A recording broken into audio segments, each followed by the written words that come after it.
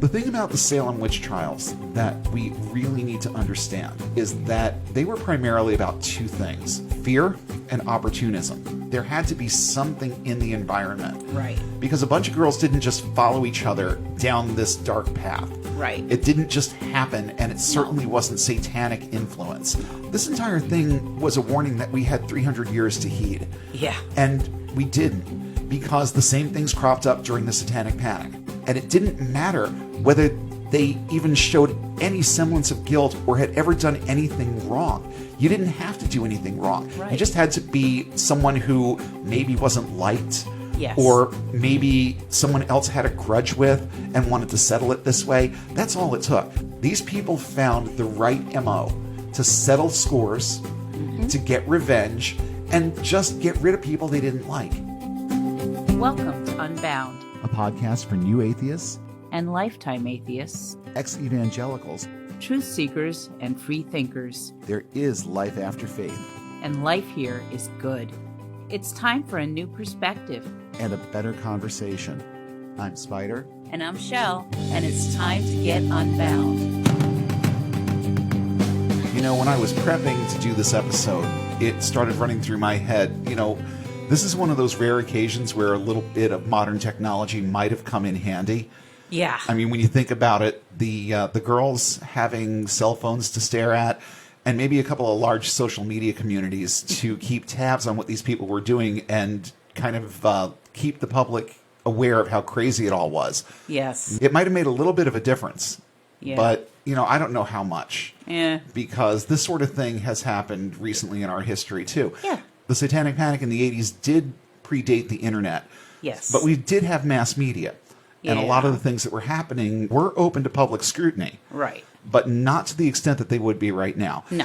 I'm Spider. And I'm Shelle. And tonight we're going to be talking about the Salem Witch Trials. Yes. And honestly, I really just want to tell this story from beginning to end and see how it starts getting pieced together in terms of the way things still are. Yeah. In the minds of a lot of believers, in the minds of evangelicals in particular. But again, that's going to be kind of a small part of this that we touch on at the end. There are enough warnings and enough red flags in this story all by itself that society can learn from, that it's almost not even necessary to bring in the evangelical element, but there is an element, and we're going to get to it. Mm-hmm. I want to start out by simply going through some of the timeline. The thing about the Salem Witch Trials that we really need to understand, first and foremost, is that they were primarily about two things: fear and opportunism, and how those two things meshed together and how they motivated a lot of the people involved in this to do what they did, say what they said, and bring about the deaths of over 20 people and 2 dogs. And yeah, 2 dogs. We'll get to that in a minute too. But I want to just go through the timeline and tell this story in kind of a linear way so that everyone is on the same page as to what happened. Now, I'm going to go on record. You're going to hear some different details here tonight than what you would hear, say, on a bus tour in Salem. Because we've done a few. Yeah. And I have been to most of the attractions in Salem. Some of them are better than others. We're not sponsored by TripAdvisor, so I'm not going to get into what I liked and what I didn't like. If you want to know that, you can always hit me up on Twitter, or you can email us at unbound.podcast.network@gmail.com. And I'd be more than happy to give you the lowdown on what's going on in Salem. Like I said last week, Salem's one of our favorite towns. Oh, yeah, I love it. And I love it there is a real sense of defiance and liberation that exists there, with the open practice of witchcraft pretty much everywhere that you look. And I think that if I still believed in karma, I'd say it was a karmic outgrowth of, all of this. But it really isn't. It's just indicative of the changing times and changing attitudes and what people will put up with when their entire community isn't run by their church. Right. And that's what Salem is today.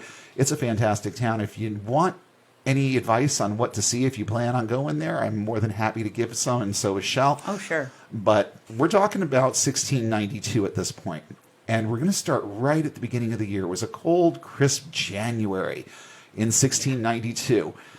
On January 20th of that year, Elizabeth Parris, age 9, and Abigail Williams, age 11, began exhibiting strange behaviors that included shouting blasphemies, seizures, going in and out of trance-like states, and within a very short window, several other girls began presenting with similar behaviors. So who were the afflicted girls of Salem?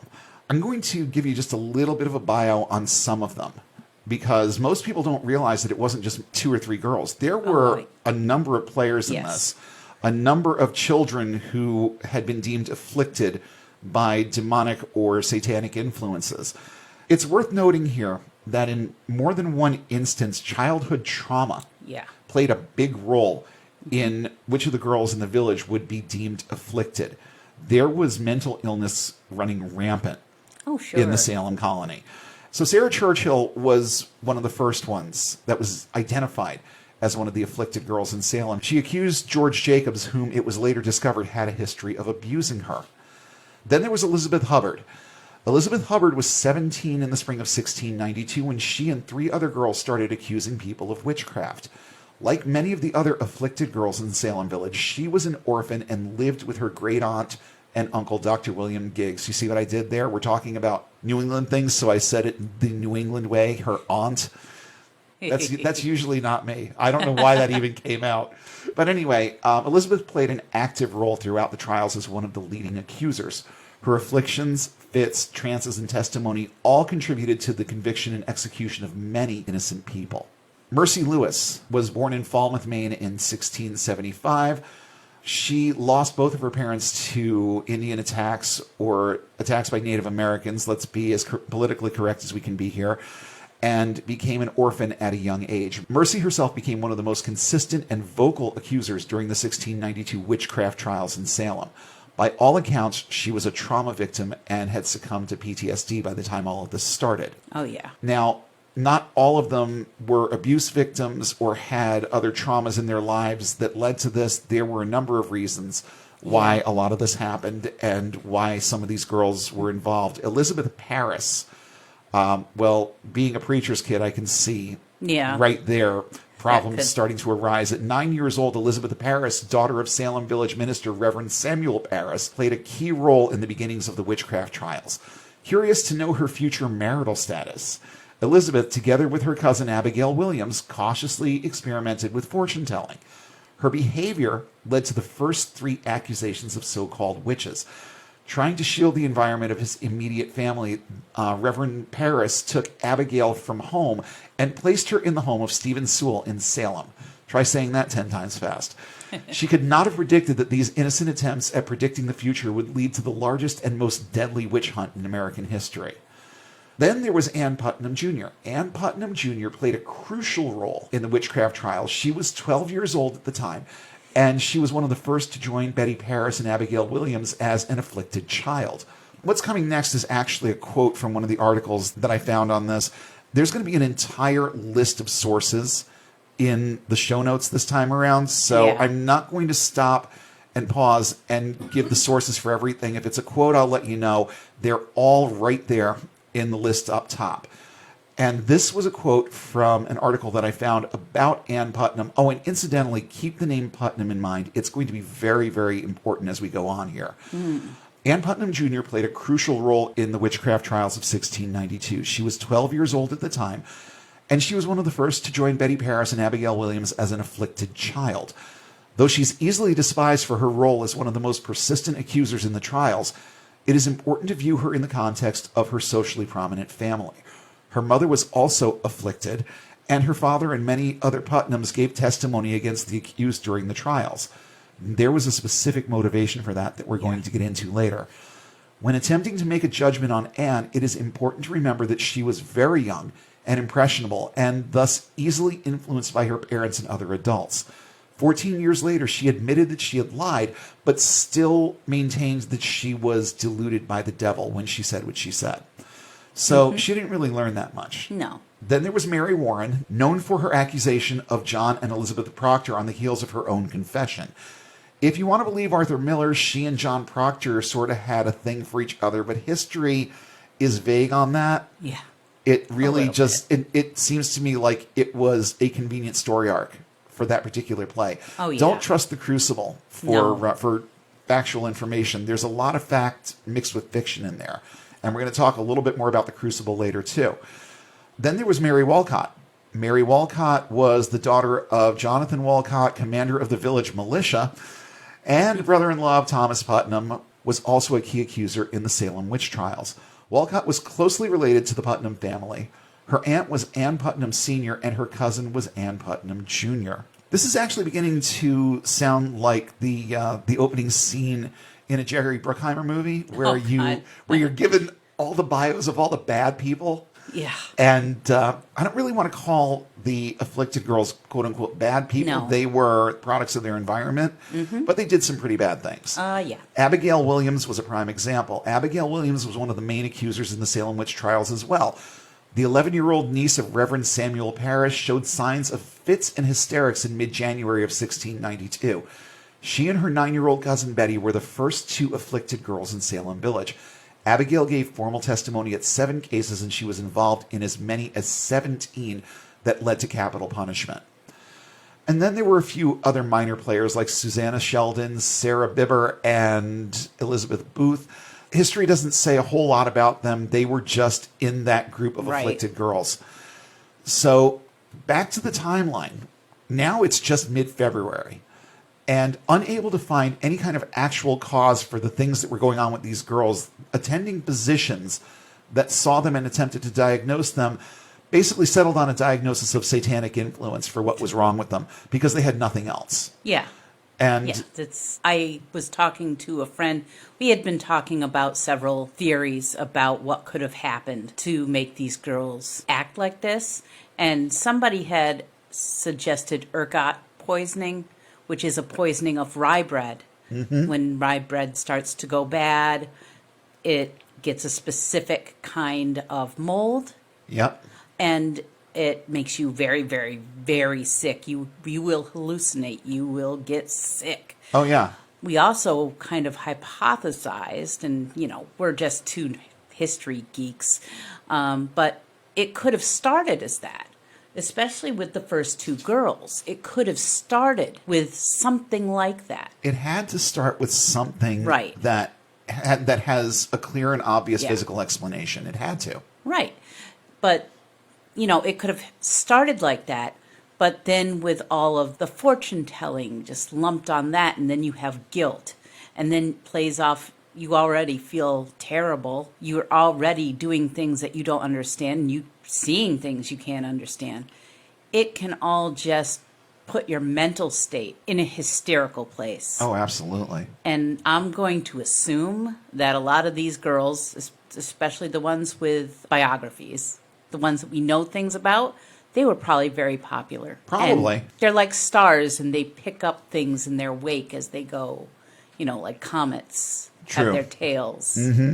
And that could have been like the inciting incident. I'm sure that it had something to do with it. Yeah. And the more that I read through this stuff, the more apparent it became that there had to be something in the environment. Right. Because a bunch of girls didn't just follow each other down this dark path. Right. It didn't just happen, and it certainly wasn't satanic influence. No. There was something in that environment. My first thought here when I was looking at this was that there was some kind of an allergen, some kind of weird allergen, or something related to food poisoning or something along those lines. Because it's late in the it's late in the winter. Yeah. By now, like everything that you're making has been harvested some point in the last 6 months.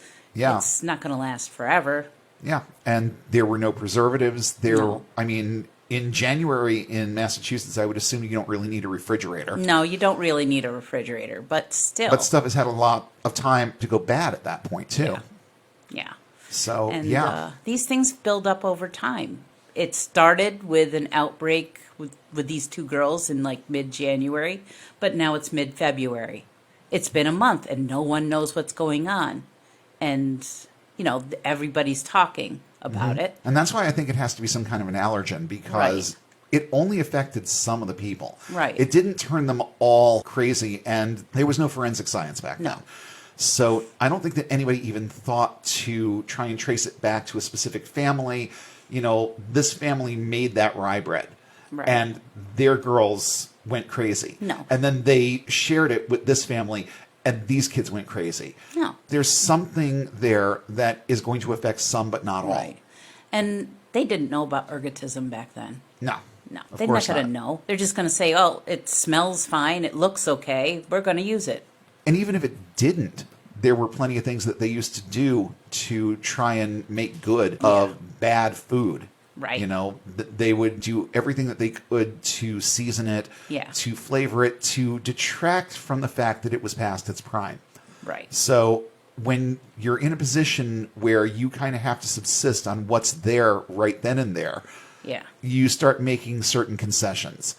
And you try to make it taste good, and you try to cook anything bad in it out of it. Yeah. And that's the best that you can hope for at that point. Right. Because if you don't eat it, you'll die. If you do eat it, you might die, but at least there's a chance that you'll be able to live on it for a little while longer. Right. That's it. Yeah. So now we've come to late February, and Reverend Samuel Parris makes a call for fasting and prayer to rid the town of the evil that's settled there. In an effort to expose Salem's witches, John Indian then takes it upon himself, with the help of Mary Sibley and their house servant Tituba, to make a witch cake that included, among other things, some of the afflicted girl's urine. Ew. Ew. Ew. Tituba was tasked with the actual baking of the cake. And the idea was that it would reveal who the witches were, but of course it didn't work. They fought witchcraft with witchcraft in this instance, but for whatever reason, no one seemed to mind. Yeah. No, it's godly witchcraft. This is one of those parts of the story where it just kind of leaves me with a question mark over my head. Yeah. You are literally trying to fight witchcraft with witchcraft, but for some reason, this is okay. Yeah. You see, what I'm trying to do here is try and find logic in a situation that was just founded on chaos. Yeah. So there's no real answer to that question. Nope. It was something that they did to try to figure out what happened, and they failed. Of course. And it was kind of just sort of swept under the rug. You know, yeah, of course it was witchcraft, but sometimes you got to fight fire with fire, don't you? Yeah. So the afflicted girls named 3 women as sources for their affliction out of fear and under duress. These included Tituba, Sarah Good, and Sarah Osborne. Now, Sarah Osborne and Sarah Good both maintained their innocence. Tituba, however, was a bit more outspoken and said that she often saw the devil in the form of a pig and sometimes a dog. She also fanned the flames of panic by testifying to a network of witches having infiltrated Salem.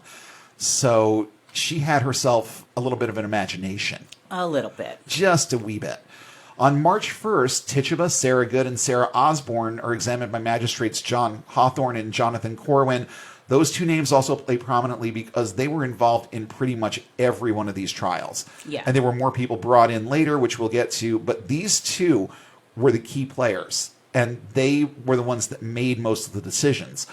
Only Tituba confessed to practicing witchcraft on that day. But over the next few weeks, things would begin to snowball and true hysteria would begin to grow. Other townspeople began coming forward testifying that they had also suffered harm or were having hallucinations that involved spectral manifestations of some of the other people in the community. Fear spread like wildfire among the populace, but some would also figure out ways to capitalize on this panic. So here's just a brief synopsis of some of the events that followed over the next few months. On March 12th of 1692, Martha Corey is accused of witchcraft by her husband, Giles. On March 19th, Rebecca Nurse is accused. On March 21st, Martha Corey is examined before Hawthorne and Corwin. On the 24th, Rebecca Nurse is examined before the magistrates as well. Then on March 28th, Elizabeth Proctor is accused. And on April 3rd, Sarah Cloyce, sister of Rebecca Nurse, is accused. On April 11th, Elizabeth Proctor and Sarah Cloyce are examined not just before the magistrates, but also Deputy Governor Thomas Danforth and Captain Samuel Sewell. John Proctor is also accused and imprisoned as a result of this examination. On April 19th, Abigail Hobbs, Giles Corey, Bridget Bishop, and Mary Warren are all examined. Abigail Hobbs confesses under duress. On April 22nd, a large group of settlers, including Nehemiah Abbott, Edward and Sarah Bishop, William and Deliverance Hobbs, Mary Black, Mary Easty, Mary English, and Sarah Wilds are all examined before Hawthorne and Corwin. Nehemiah Abbott is cleared. The rest are held to await trial. On May 2nd, Sarah Morey, Dorcas Hoare, Susanna Martin, and Lydia Dustin are all examined by Hawthorne and Corwin. On May 4th, George Burroughs is arrested in Wells, Maine. On May 9th, Burroughs is examined by the growing tribunal of Hawthorne, Corwin, Sewell, and Stoughton. Sounds like a law firm out of a Tim Burton movie. Along with Sarah Churchill, one of the afflicted girls.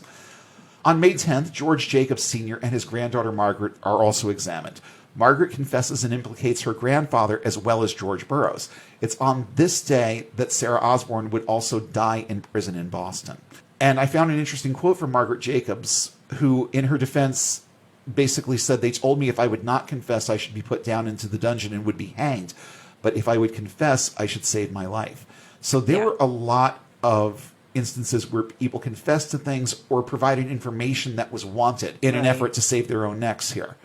On May 14th, Sir William Phipps arrives from England as colonial governor of Massachusetts. And this is going to wind up being very, very important. Yes. On May 18th, Mary Eastie is released, but quickly rearrested as a result of public outcry. Wow. You see, this is the problem with mob rule. Yeah. And this is the type of thing that happens under mob rule. May 27th, Governor Phipps sets up the Court of Oyez and Termine with the sole purpose of trying witchcraft cases. Incidentally, those words mean open and shut. Right. Oyez and Termine. And that's what these cases were treated as. They were treated as open and shut cases of witchcraft. Yeah. The court was benched by a panel of magistrates that I'm not going to bother to read. It's in the show notes. But just keep in mind that John Hawthorne and Jonathan Corwin are on this list, and they are the ever-present two that, in my opinion, did a lot of the steering. Yeah. For a lot of these decisions. I wasn't there, but they're the only two that show up in pretty much every instance. So I'm certain that they were considered authorities on this by the time this whole thing had blossomed into this juggernaut that it became. Judgments were under the Court of Oyez and Termine.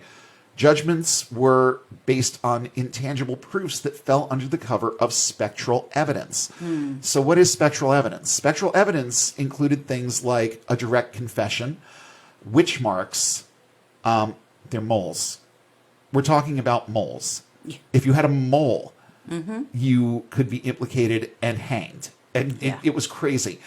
And spectral evidence, it basically is what came from the imaginations of the afflicted girls. Right. It also included satanic manifestations that took on the likeness of townspeople or directly possessed people to do the devil's bid. Yes. So spectral evidence would play heavily into these trials because they had nothing else.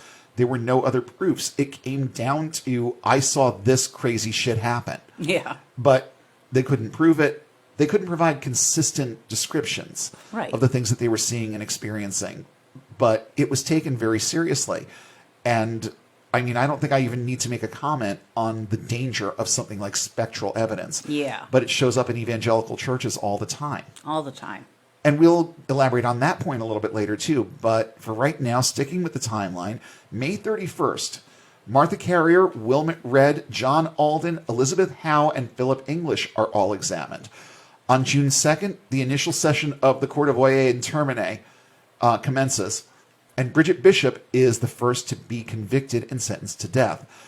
On June 10th, Bridget Bishop is hanged in Salem, making her the first official victim of the Salem Witch Trials. After her execution, accusations of witchcraft in Salem escalated considerably. On June 29th and 30th, Rebecca Nurse, Sarah Wilds, Susanna Martin, Elizabeth Howe, and Sarah Good are tried and sentenced to death. As part of this group, there was a young girl named Dorothy Good. And this comes directly from her Wikipedia. Dorothy Good was the daughter of William and Sarah Good. She was accused along with her mother at the age of 4.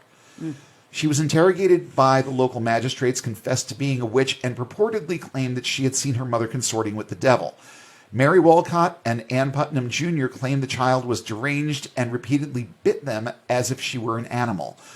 She received a brief hearing in which the accusers repeatedly complained of bites on their arms. She was sent to jail, becoming at age 5 the youngest person to be jailed during the Salem Witch Trials. 2 days later, she was visited by Salem officials. She claimed she owned a snake given to her by her mother that talked to her and sucked blood from her finger. The officials took this to mean that this was her familiar, which is defined as a witch's spiritual servant in human or animal form, usually animal form. Right.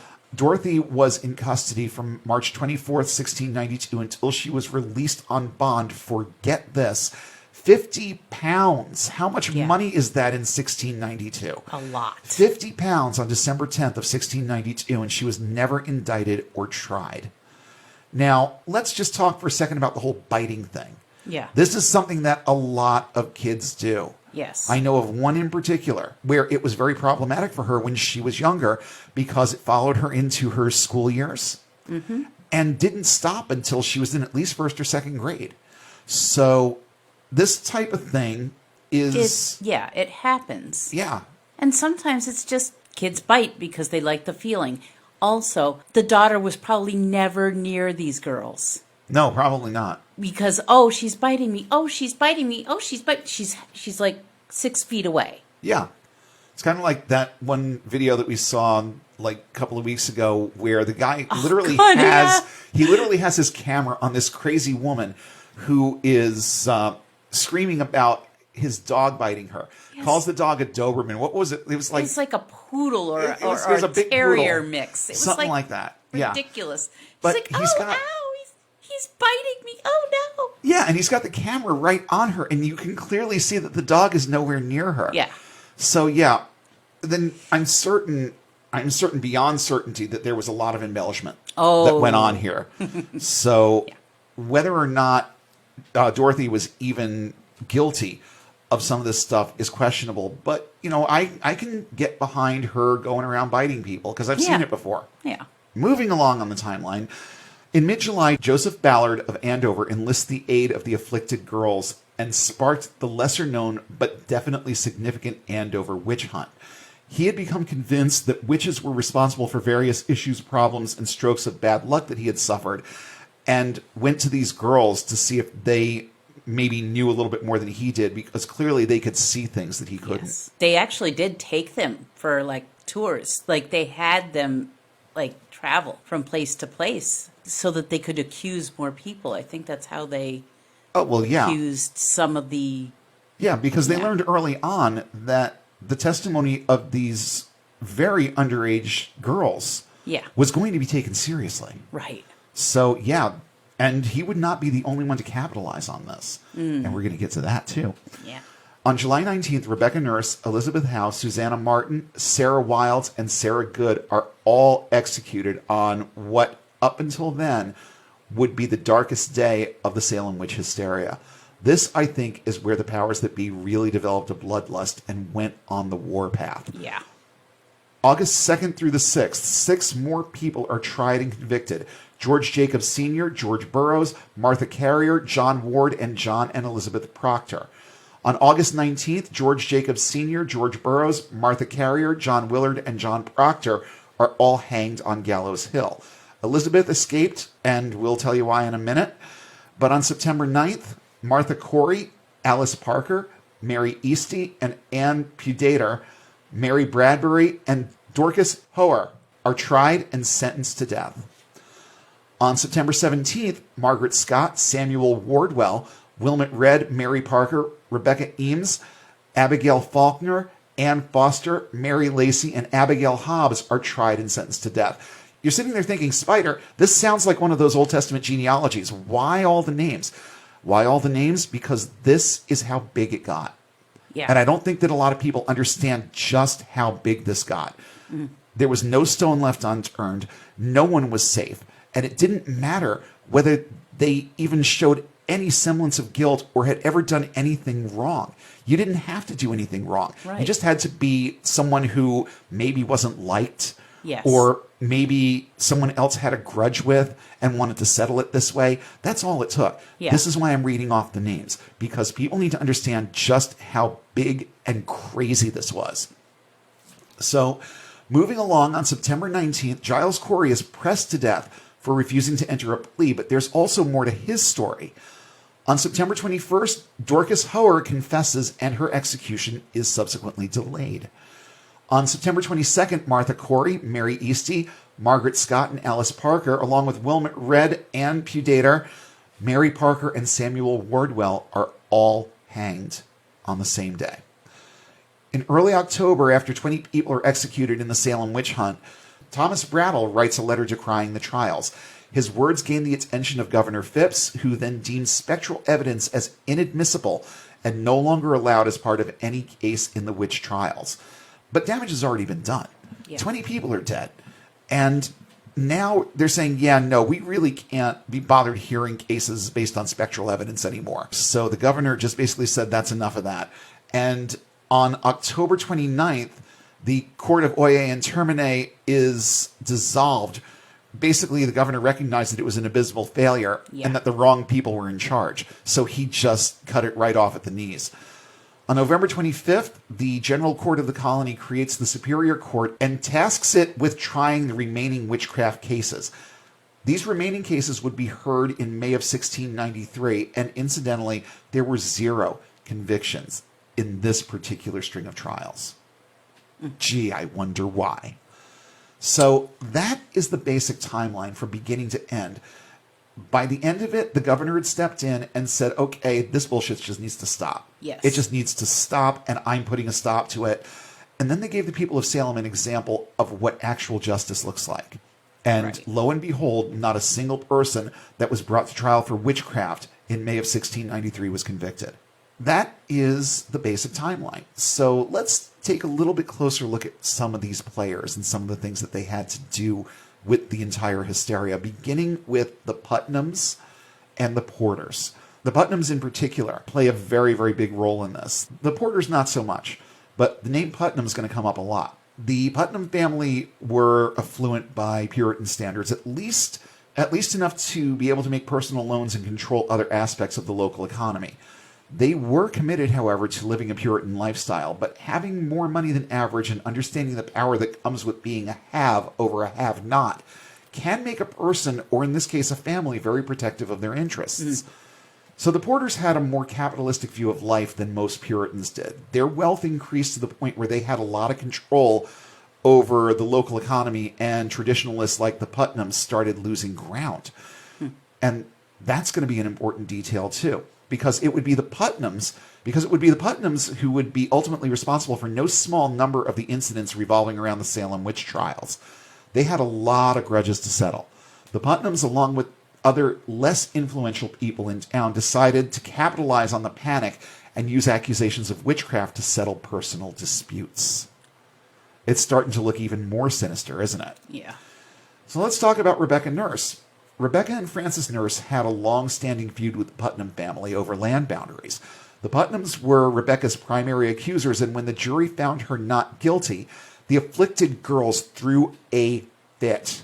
The jury reconsidered and found Rebecca Nurse guilty because a bunch of little girls whined. She was executed on July 19th, 1692, because a bunch of little girls whined. Yeah. Not because she did anything wrong, but because the squeaky wheel gets the grease, and who do you think was telling those girls to whine? Sounds a little bit co-conspiratorial, doesn't it? Does it not? Yeah, it does to me. Like it to Then me. there was Sarah Wilds. Sarah Wilds was married to John Wilds in 1663, and this one had a bit of a reputation and had even been accused of heinous crimes like consensual sex out of wedlock, and my personal favorite, wearing a silk scarf. Yep, that's terrible. At least it wasn't a satin scarf, because there's a Gail Satin joke in there. Oh, God.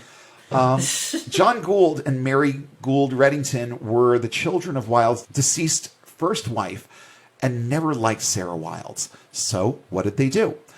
They quite literally put a contract out on her and enlisted the aid of what was really starting to look like America's first mafia family, the vengeful Putnams of Salem, to take her down in court. That's right, they conspired with the Putnams to accuse Sarah Wilds of witchcraft. The families were close friends, and the Putnams used their influence to send another innocent person, at least in the eyes of reason, to the gallows.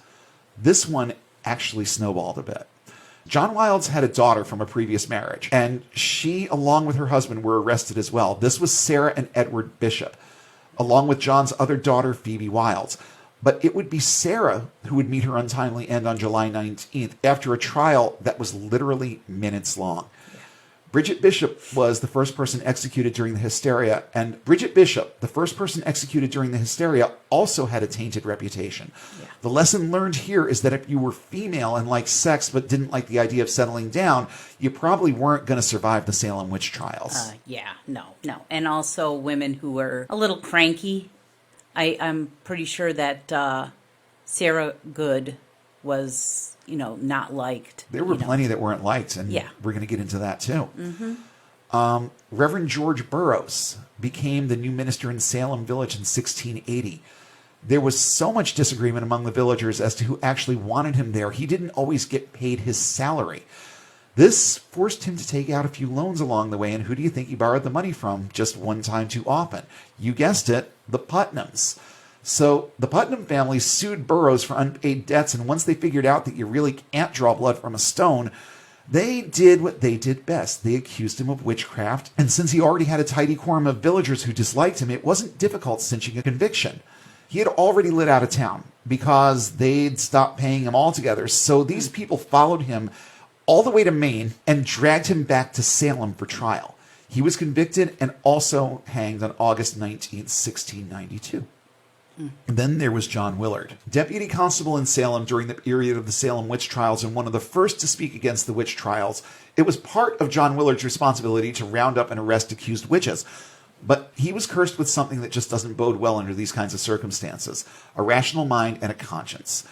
He found it very unlikely that this one New England town could have, in such short order, descended into a pit of devil-worshipping, spell-casting, cauldron-stirring demoniacs, and eventually refused to be part of the hysteria anymore. He quit his job with no mapped-out way of maintaining his livelihood in protest. That's right, he opted for personal struggle over selling out. And I think that took some serious balls. Oh, yeah, definitely. It took some serious balls. So, of course, the Putnams then had to step in. Willard was then accused of witchcraft by Ann Putnam Jr. She also accused him of beating her baby sister to death. These accusations went nowhere in the beginning, but the Putnams had a loud voice. And all of a sudden, as if by, pardon the term, magic, suspicion started to kindle. Willard wound up being accused a second time by Bray Wilkins, his wife's grandfather, claiming that Willard gave him, quote, the evil eye and caused him to fall ill. Days later, Bray's grandson, Daniel Wilkins, was found dead. He had been badly beaten. Now, any fool could see that this was a result of some personal gripe, but if you were a litigator in Salem in 1692, the forensic report looked more like this one. And this is a quote from one of the articles: "To the best of our judgments, we cannot but apprehend that he died an unnatural death by some cruel hands of witchcraft or diabolical act." So they put a little disclaimer in there with the diabolical act part, because that could mean anything. But you know what? They wanted to use as an accusation because they knew that it would work. Willard had already fled the village when his arrest warrant was issued. He was tracked down in Nashua, New Hampshire, where he was arrested and brought back to Salem to stand trial. During his examination at Beadle's Tavern in Salem town, I still can't get over that. They're trying these cases in a bar. The incident with Bray Wilkins and Daniel Wilkins was brought up, and the Wilkins family also accused Willard of beating his wife. Several confessed witches, quote unquote, testified against Willard, but it was one of the afflicted girls, Ann Putnam Jr., ding, ding, ding, ding, whose testimony would seal his fate. She testified to being able to see the ghosts of the, quote, many people Willard had allegedly killed. How is that not witchcraft? How is that not witchcraft? Come on. There's so much about this that doesn't make sense, but here's the thing. She was a Putnam. Nobody's going to say anything against Oye that. and termine. Okay? She was a Putnam. John Willard was brought to trial on August 5th and executed on August 19th, 1692.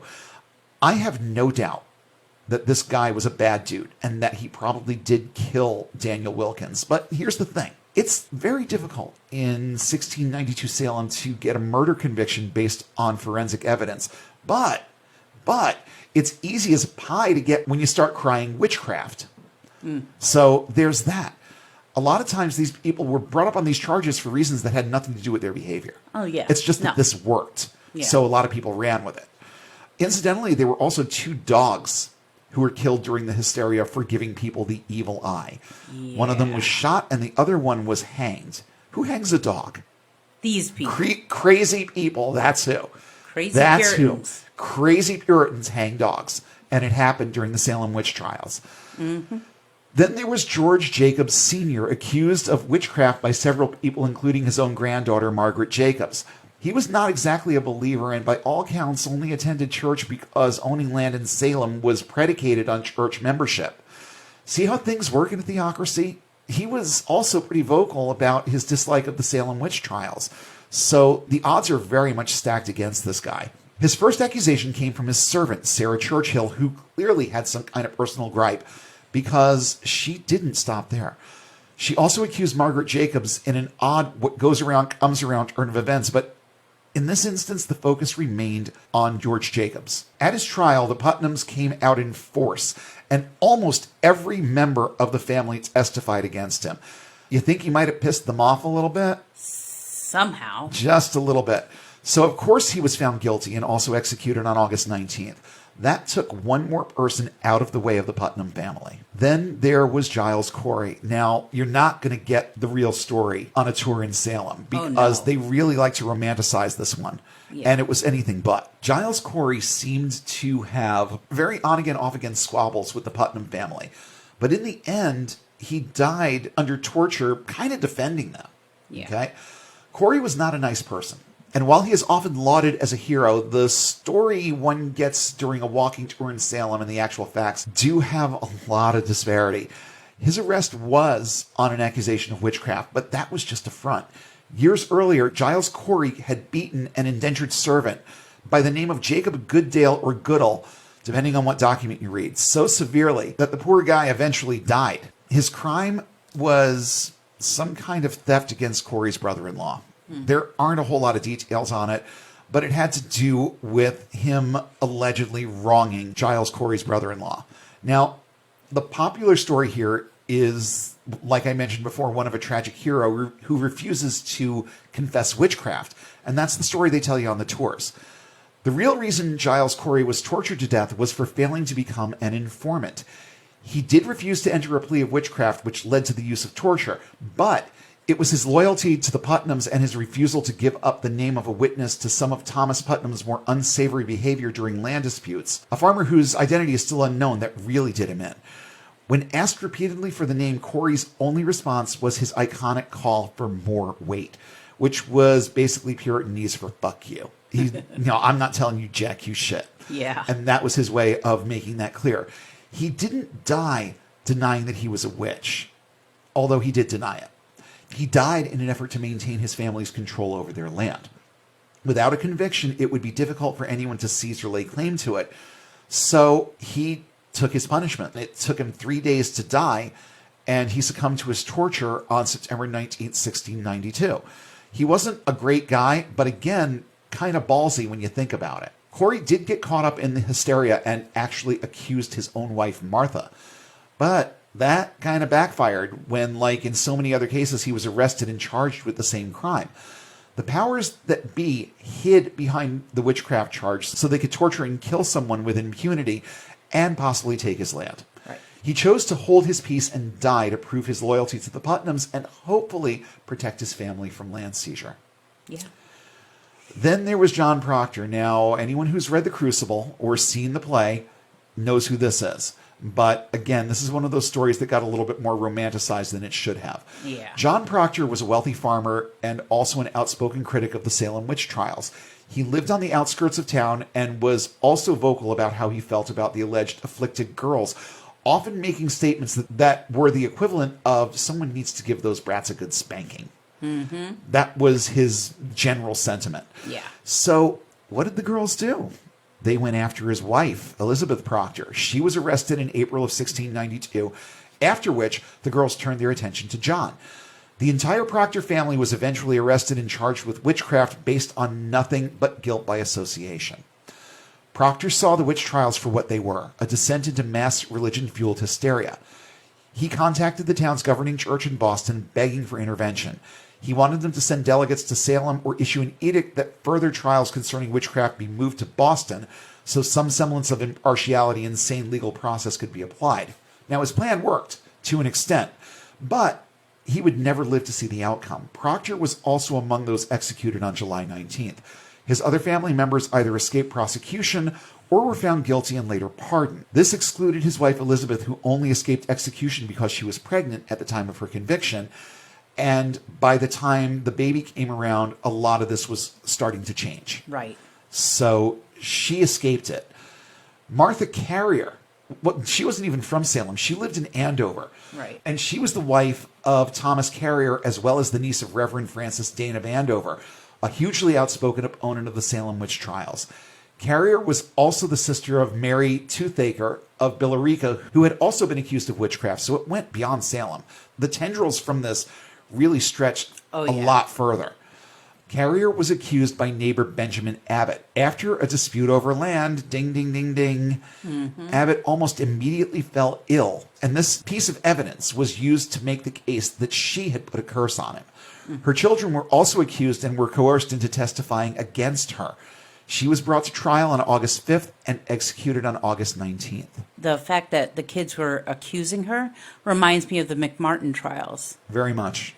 You know, how they ask the leading questions and kids don't really understand a lot. Oh, yeah. I don't know how young those children were, but at the same time, lots of kids want to please the adults in their life. This entire thing was a warning that we had 300 years to heed. Yeah. And we didn't, because the same things cropped up during the Satanic Panic. Yeah. There were a lot of parallels to things that happened and the way that they were handled and the way that the information was processed and what was done about it. There are so many parallels. 300 years we had to learn just how crazy all of this was, and failed.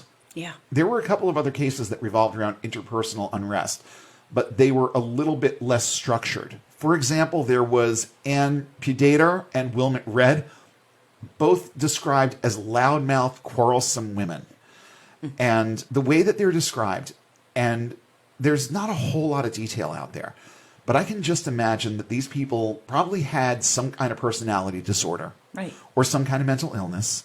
And because people didn't understand what that was all about back then, they were just unliked, and they were social pariahs, and they were also easy targets in the middle of all of this. Right. Because, believe me when I tell you, there was a serious bloodlust among the villagers at that point. And I don't like you was a good enough reason to accuse you of being a witch. So you get somebody who is bipolar. Let's just say that one or both of these women had some kind of a personality disorder like bipolar. And there were times when they were completely agreeable and everything was fine. And then there were times when they would swing to the other end of the pendulum and be total and complete nightmares. Right. So back then, of course, that's going to be equated with satanic or demonic influence. So yeah, these women were executed because they had personality disorders. Then there was Margaret Scott, who was left widowed with 3 children. And the townspeople basically considered her a nuisance because she often had to resort to panhandling or overwrought forms of begging just to be able to get by. Right. That's crazy. It's a theocracy. You would think that helping widows and orphans would be a thing. But these people had real skewed emphases on the things that they practiced in their daily life. I was amazed. I'm going to use the movie as an example. But I was amazed when we were watching The Witch the other night. Yes. Which takes place around this same time. There was a lot of talk about God, but not a whole lot of talk about Jesus. These people were Christians. Yeah. The Puritans were Christians, but it didn't seem like they put anywhere near as much stock in the New Testament as they did in the Old. Yeah. There was a lot of heavy emphasis on Old Testament theology in the religion of the Puritans. So it really doesn't surprise me that they would completely skirt over the "when I was naked, did you clothe me? When I was hungry, did you feed me?" or the part about caring for widows and orphans in their distress. It doesn't surprise me that these things would have been overlooked because it just wasn't what they were focused on. Right. They were focused on much heavier concepts, and they were focused on personal guilt. Yeah. And they were focused on a lot of things that really kept them so encapsulated within themselves that they didn't have time to care about anybody else. Right. That's really what it boiled down to. An interesting quote from SalemWeb.com, one of these articles that I was using to put all of this together, and this particular quote really caught my eye. Frequently denounced were women whose behavior or economic circumstances were somehow disturbing to the social order and conventions of the time. Right. They made you feel weird being around them, so just put a rope around their neck. Yeah. They had their opportunity, and they grabbed it. And they used the Salem Witch Trials to get rid of a lot of the undesirables in the town. Yeah. So there was that. Now, I did find one, and I think there were probably a couple more, especially the girls that dabbled in fortune telling, but there was only one that I came up with, Samuel Wardwell, who was an actual practitioner of witchcraft and admitted it. He was a practitioner of English folk magic. Right. So in that setting at that time, it was the perfect storm, and there was no way he was going to get away with it. Right. None. But the thing that all of these examples have in common is, as mentioned, personal conflicts and dislikes. People were accused for opportunistic reasons, or they were accused because they were different or just not liked by a large quorum of people who were then able to cinch a conviction against them. Nothing like pulling out a noose because somebody bothers you, right? Right. And that is what was happening here. And this falls in lockstep with the way evangelicals blame everything that they consider to be off-center or outside their own moral cloister as satanic. Mental illness, lifestyles that they find questionable or just personally uncomfortable, personal losses and difficulties, they place all of the blame for these things on satanic and demonic influence, like we talked about last week. Right. So it really does amaze me how in 300 years, if you maintain this kind of a mindset, how little you learn, how little you grow, and how little you're able to process things through just normal means of rationalization and pragmatism. These things fly out the window when there's something easy like the devil to blame it on. Yeah. And that was one of the key things that we learned from the Salem Witch Trials. I found it really, really telling as I was going through all of this and relearning a lot of it. Some of it I'd heard, some of it I hadn't. But putting some of these pieces together, like the way that the Putnams were involved in all of it, Yeah. and their motivations behind what they were doing, it really does, at least to me, tell me one thing beyond anything else, and that is that people are people and they don't change that much. Yeah. These people found the right MO to settle scores, to get revenge, and just get rid of people they didn't like. That's what this was about. It had nothing to do with any satanic or demonic anything. Was there a little bit of evidence in the beginning that kind of sort of led to something being amiss? Well, yeah, but we discussed what the likely causes were Right. of that.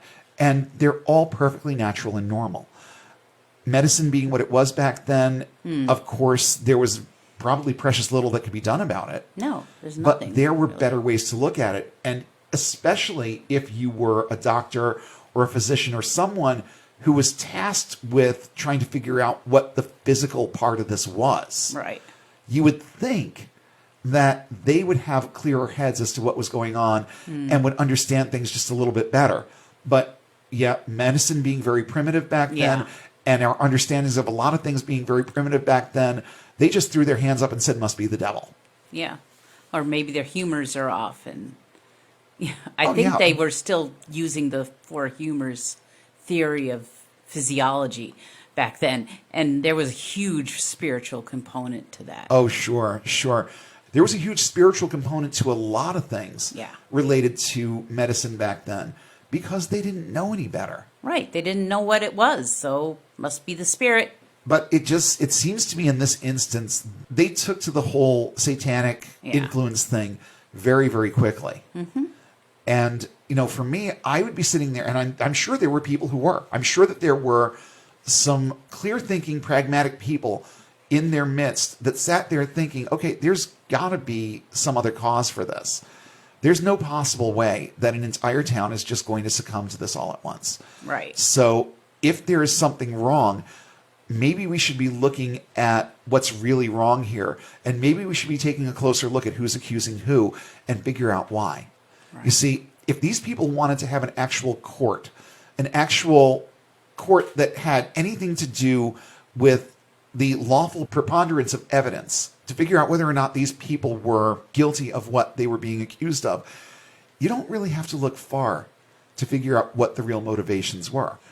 But this group of people had become so mired in the panic, they couldn't see past this one thing. Right. And the problem was, it was an easy thing to point to and blame.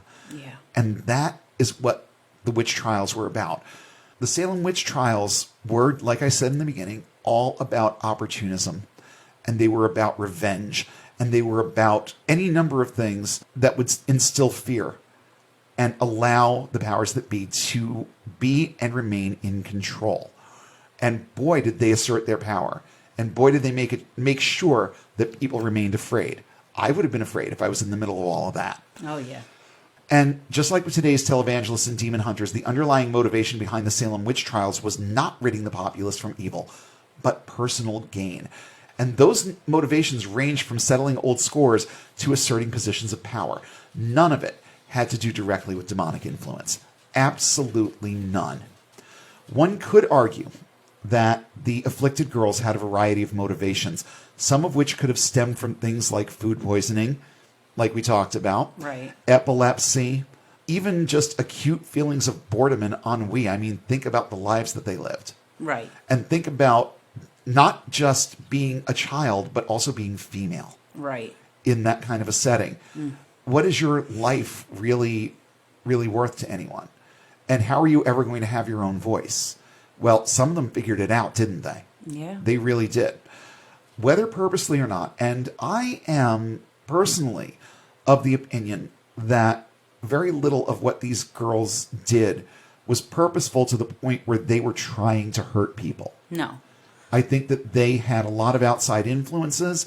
I think that they were largely scared, especially if there was actually something physically going on with them that they didn't understand. Right. I can certainly see how they would play along with this. This entire thing started as an attention grab, but not really a malicious kind of attention grab. Right. These girls definitely wanted their voices to be heard, but I don't think that they understood what they were setting in motion. Right. I really don't. No. It started as an attention grab by a small group of girls and escalated into a full-blown hysteria, fueled by the cruel, threatening, and fear-driven doctrine of Puritan faith. These people were taught to fear the forces of Satan from the moment they could understand, and there were precious few rational-minded people who could see through the facade. And those who did know better either said and did nothing, or spoke up and paid a hefty price for it. Those in power perpetuated the panic, while the common folk just sat there waiting and wondering when and if it would be their turn to experience the horror of accusation, trial, and eventual execution. It's the same stranglehold that evangelicals, particularly those who believe in a more provisional view of salvation, maintain by constantly assaulting people's insecurities when it comes to their eternal souls. It's the motivation behind the countless calls to action to rededicate your life to Christ and live the shackled existence that they want everyone to live around them. Witch hysteria is alive and well throughout the world today and is still punishable by death in no small number of countries, especially those under theocratic rule or in cultures where superstition and fear-mongering are allowed to go unchecked, even at the highest levels of government. The devil is and always has been the biggest scapegoat for people's problems in various religious circles, but Christianity is the biggest offender. And while the Salem Witch Trials were a very dark period in our country's history, this sort of thing is far from unique. Satanic panic goes as far back as the Middle Ages, and probably further. The Inquisition, the Burning Times, the publication of the Malleus Maleficarum, and more far predate the horror that befell Salem. The Salem Witch Trials and the Satanic Panic are all manifestations of the same dark recesses of our nature. They all attempted to create order through the use of lawlessness hidden behind a facade of righteous intent. and they all had the same self-serving motivations. This kind of hysteria even shows up in secular circles, with the most notable contemporary example being the McCarthy hearings, where the devil was, in that instance, replaced by the looming threat of communism during the Cold War. It was in response to this that Arthur Miller wrote The Crucible. That play was not about the Salem Witch Trials. It was a warning about what happens when logic and reason are shuttered in favor of mob rule and hysteria. Now, while we may not be in the practice of hanging people just because they looked at us funny anymore, evangelical faith still teaches us to be fearful of opposing views to the point of aggressive resistance and character assassination when our position or opinion or way of doing things is challenged. I was pressured to leave Mission Impossible because of this. That whole situation came to a head with what can only be equated with a muted public lynching of someone who crashed their microculture and tried to make it more inclusive. What did they do? They panicked, just like they did in Salem. No, I am not equating what we went through at that church with the Salem Witch Trials, but I am equating the mindset that it takes to get there. If you want to look at it in terms of, something tangible, the Salem Witch Trials were an F5 tornado, whereas what we went through at Mission Impossible was a real heavy gust of wind. Mm-hmm. Yeah. But they had the same source. They came from the same kind of thinking. And that's why things escalated the way that they did on that day. Mob rule took over, and right there at the end of Bring a Friend Day, there was the lynch mob with everything but the noose. Yeah. So this is how these things escalate. If the Salem Witch Trials were a warning about ourselves and what happens when people become too immersed in religion and abandon concepts like reason and logic in favor of things like spectral evidence, we as a society have done a very poor job of heeding it. Satanic hysteria is alive and well and coursing through the veins of evangelical religion today. Spectral evidence still fills the coffers of preachers and other storytellers with testimonies of near-death experiences that included trips to hell with the message to the believer that Satan is alive and well and you'd best get your business straight with God now. It's the same spectral evidence that charlatans like Bob Larson use to fuel their demonology agendas and cause an RA at the second worst college in America to claim satanic influence over a student because of fuse blows. And real problems like personality disorders and other forms of mental illness are also spectral evidence of satanic or demonic influences in evangelical circles. It's time to steer our thinking in the direction of reality and understand that we can't blame the devil for every problem or difficulty that crops up in our lives.